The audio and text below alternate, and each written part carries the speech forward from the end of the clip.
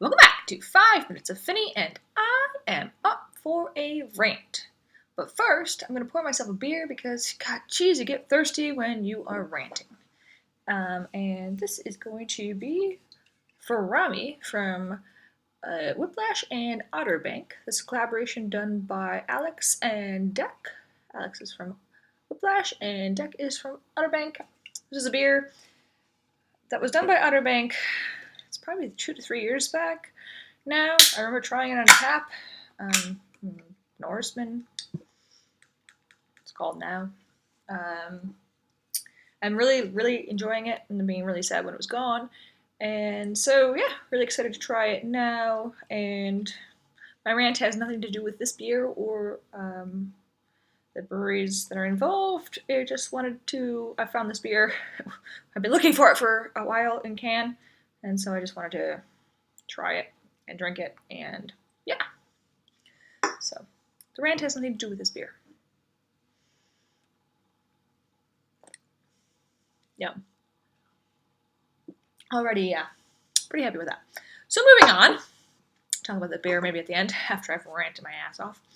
So it's kind of been something that came up on Twitter lately with me. So I feel like as of, I suppose, recently, maybe in the last couple months, maybe before that, the Irish craft beer market has kind of been inundated with a lot of new breweries and beers coming out of the market.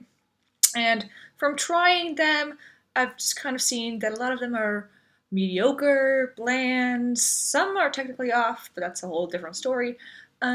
Just they're not creating anything new, different, unique for themselves, and that's kind of, I guess, a bit disturbing to me, because with all these new breweries coming into the market, how are they going to survive, first of all? And second of all, there's no point in having so many new breweries coming up if it's not going to be diverse and different, I suppose, in my opinion.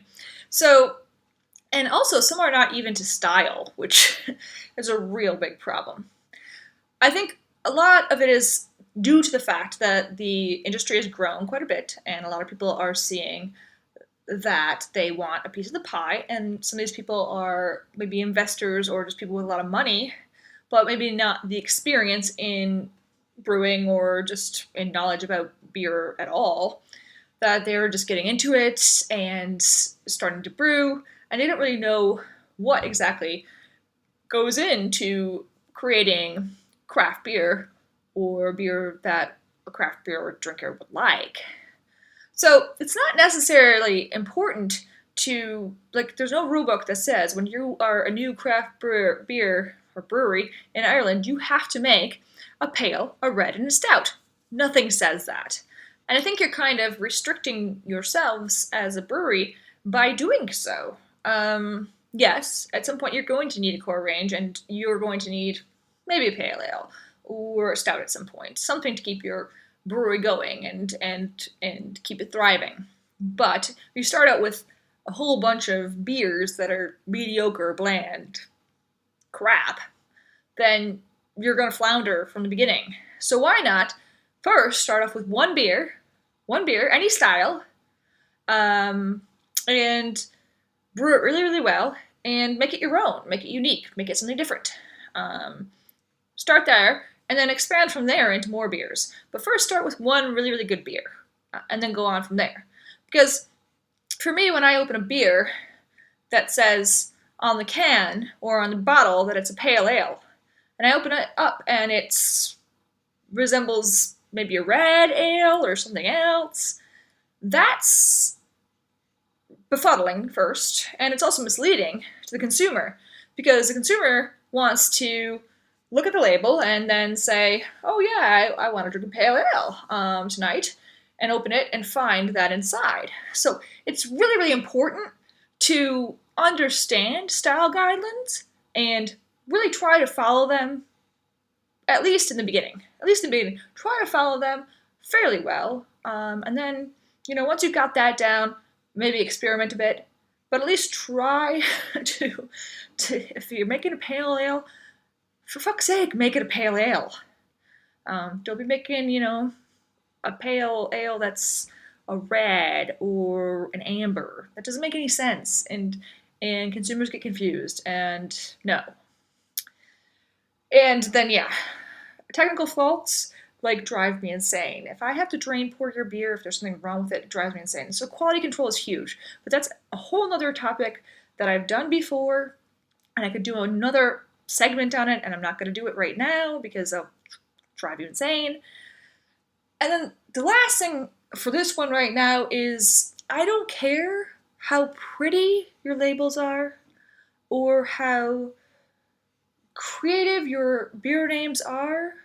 If the beer inside does not match the quality of your branding, I will only buy it once and I will never buy it again.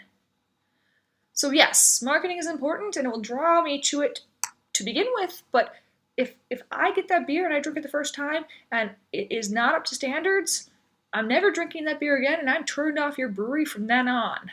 So think about that. Like, you might draw me to the first time to try and drink it, but after that, I'm gone. So make it an influx of the market to begin with, but then nobody else after that, and you might flounder, and you have to think about why that is. So seriously, the beer in your bottle or can has to be as quality as your branding. Otherwise, piss off. Yeah, so that's it for my rant there. So just, all new breweries, if you're not a brewery, or actual breweries, or people just producing beer, whatever it is, doesn't matter to me. Just think about that, and think about just trying to produce one good beer to start off with, and then move on from there. And also, the Frami is really, really tasty. Really nice, luxurious coffee notes, and a hint of chocolate. Maybe a bit of light fruity notes too, actually. But overall, just a really easy drinking. I think 6.5% coffee stout. So that's it for me. Please like, share, subscribe, comment. And yeah, that's it for my rant. Cheers, though!